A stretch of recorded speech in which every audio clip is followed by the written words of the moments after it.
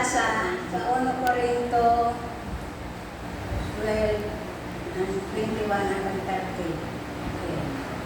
Marahin ang basita. Kaya ang mata dahil nakakasabi sa kamo, dahil taka kaikuban, dahil man makakasabi sa payo sa mga hipis, ito kayo kaikuban. Ang mga kaptang ng hawak na pinag-una-una tang mga maluya, iyon lugod ang puro na kaikuban. Ang kaptang ng mga pinag-una tang bako gayon mahalaga. Iyan lugod ang puro tang inaataman. Ang kaptang ng bakong gayon, iyon na ang satuyang pinapagayon. Dahil na ini kaikuban, nagibuo na magkaptang ng dahil dati ng magayon. Ipinamugtak ng Diyos sa hawak, tanganin ang mga kaptang na kulang sa gayon, urog na sa mga tanaw ng kaumawan. Kaya mayong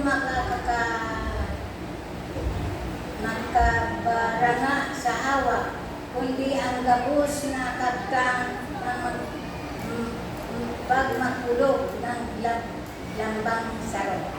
Kung nakukulgan ang saro, kaptang na gabos man nakukulgan.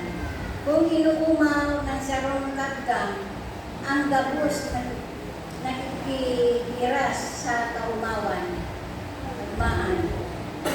Kamu gabos na hawak ni Kristo, asin lambang saro kaptang kailan.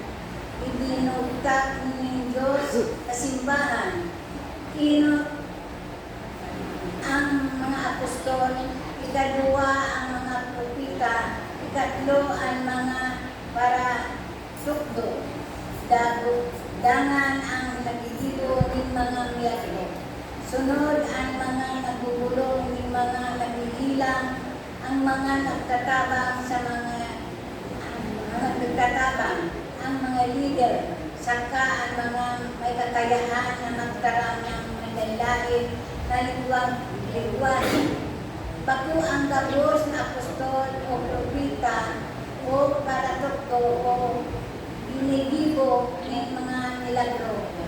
Bago man ang gabos na may kapangyarihan sa pagbulong ng mga naghihilang o sa pagtarang sa malalain ng lingwahe o sa pagpaliwanag ng kahulugan kaiyan.